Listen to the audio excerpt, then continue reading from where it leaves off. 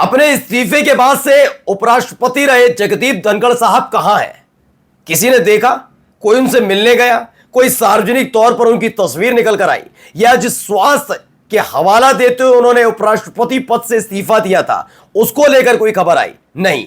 21 जुलाई को जगदीप धनखड़ साहब ने कहा था उनकी तबीयत अब नासाज हो गई है, तबीयत ठीक नहीं रहती, अब वो उपराष्ट्रपति नहीं रह पाएंगे और 21 जुलाई को उन्होंने इस्तीफा दे दिया था। उसके बाद से ही तरह तरह की बातें चल रही थी। खबरें कुछ ऐसी थी कि जिसने बीजेपी को बेचैन कर दिया, खास तौर पर मोदी शाह वाली बीजेपी को। इन सब के बीच एक खबर भी चली थी कि फौरन ही उनको बंगला खाली करने का आदेश दिया गया। फजियत होने लगी तो अपनी पेड मीडिया यानी गोदी मीडिया के जरिए यह फैक्ट चेक कराया गया, नन्ना ऐसा कुछ नहीं किया गया।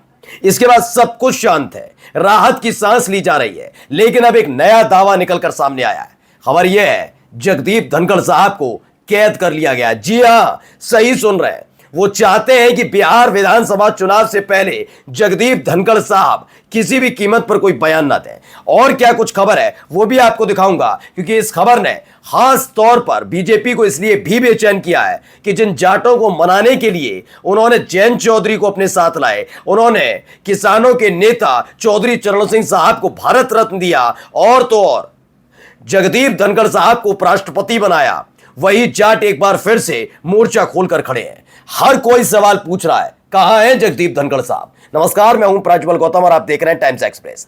नया उपराष्ट्रपति चुन लीजिए, चुनना भी चाहिए। ये कोई ऐसी जगह थोड़ी ना, ऐसा पद थोड़ी ना कि सालों साल खाली रहे। लेकिन जो पुराने वाले गए हैं उनकी जानकारी सरकार देने से बच क्यों रही है? कहां है जगदीप धनखड़ साहब? मैं पूछ रहा हूं, बता दीजिए 21 जुलाई के बाद से उन्हें किसी ने सार्वजनिक तौर पर देखा हो तो? 21 जुलाई, सोचिए, इतने हट्टे कट्टे बयान देना, कभी इस कार्यक्रम में जाना, कभी उस कार्यक्रम में जाना, ये तमाम चीजें करना। आपने ये भी देखा होगा उपराष्ट्रपति रहते हुए वो तो चाहें कि उपसभापति, राज्यसभा के सभापति तो हुए जगदीप धनखड़ साहब, उपसभापति के जरिए सदन चलवा सकते थे, लेकिन घंटों वो राज्यसभा में बैठे रहते थे।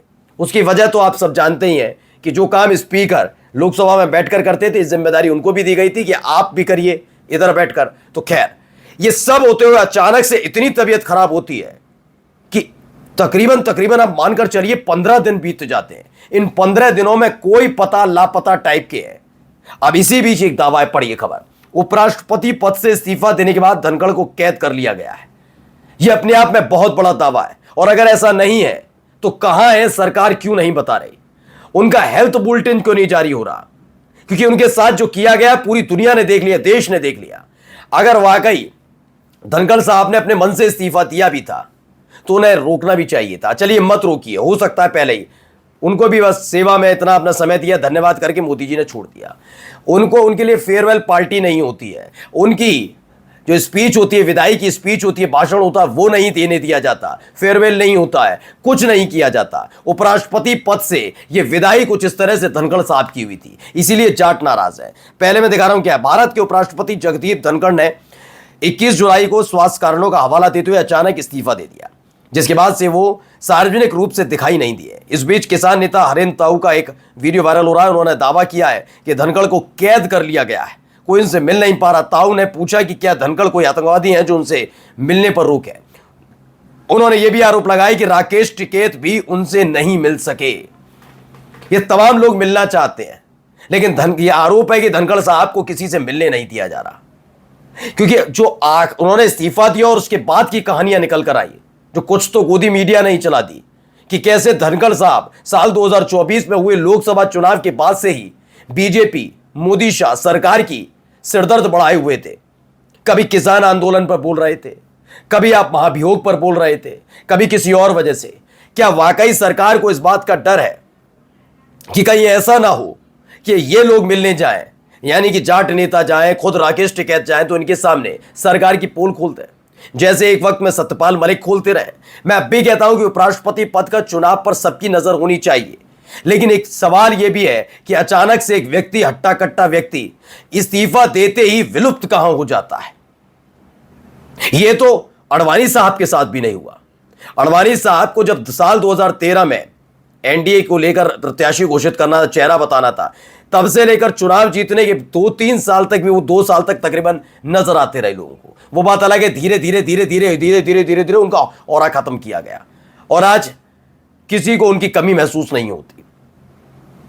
लेकिन एक व्यक्ति जो हट्टा कट्टा हो और अचानक से इस्तीफा देते ही गायब हो जाए, उसके लिए यह कहा जाने लगे कि वो व्यक्ति सरकार के खिलाफ मोर्चा खोलकर बैठा था और इसी वजह से उसे इस्तीफा देना पड़े, तो सरकार की जिम्मेदारी यह बनती है कि उनको सार्वजनिक तौर पर लाना चाहिए। क्या सार्वजनिक तौर पर जगदीप धनखड़ साहब नजर आ रहे हैं? नहीं। चलिए आगे, मैं पहले इसमें खबर बताता हूं है क्या। इसमें बताया, खुद को बीकेयू का नेता और समाजवादी पार्टी का स्टार प्रचारक बताने वाले हरेंद्र सिंह ताऊ ने सवाल पूछते हुए कहा कि भारत के पूर्व उपराष्ट्रपति जगदीप धनखड़ कहां हैं? जब से इस्तीफा दिया वो कैद में है, उनके फोन बंद हैं, उनकी सारी सिक्योरिटी हटाकर दूसरी सिक्योरिटी लगाई गई है। अब ना हिंदुस्तान का कोई व्यक्ति उनसे मिल सकता है, ना वो मिल सकते हैं। ऐसा क्यों? ये सवाल हरेंद्र ताऊ पूछ रहे हैं। चलिए, इसी से जुड़ी एक और खबर निकल कर आई। ये 31 जुलाई की है, पुरानी है थोड़ी, लेकिन समझिए, इससे भी समझिए। 21 जुलाई और 10 दिन बाद ये खबर आती है। धनखड़ ने सरकार से मांगी थी बुलेट प्रूफ गाड़ी, आखिर क्यों दे दी साधारण इनोवा? अब देखिए, उपराष्ट्रपति के सचिवालय की ओर से कहा गया था कि धनखड़ के काफिले में तैनात बीएमडब्ल्यू कारें पुरानी हो चुकी थी, बदलने की जरूरत है। यह करते हुए क्या किया गया? उन्हें बुलेट प्रूफ गाड़ी नहीं दी गई, उन्हें लगातार अपमानित किया जा रहा था। ये मैं नहीं कह रहा, उनका सचिवालय बता रहा है। ये खबर जनसत्ता में छपती है, इसीलिए जाट नाराज है। हो सकता है कि वो किसी वजह से उन्होंने, मैं तो कह रहा हूं वो बीमारी है, मैं सारी बातों को खारिज कर देता हूं आज। तो अगर वो बीमार है तो मिलने से क्यों रोका जाए? वो देख क्यों नहीं रहे? क्या होता है, ये आदमी से मिलने जाते हैं लोग, इस्तीफा देने के बाद भी वो प्रासंगिक रहे।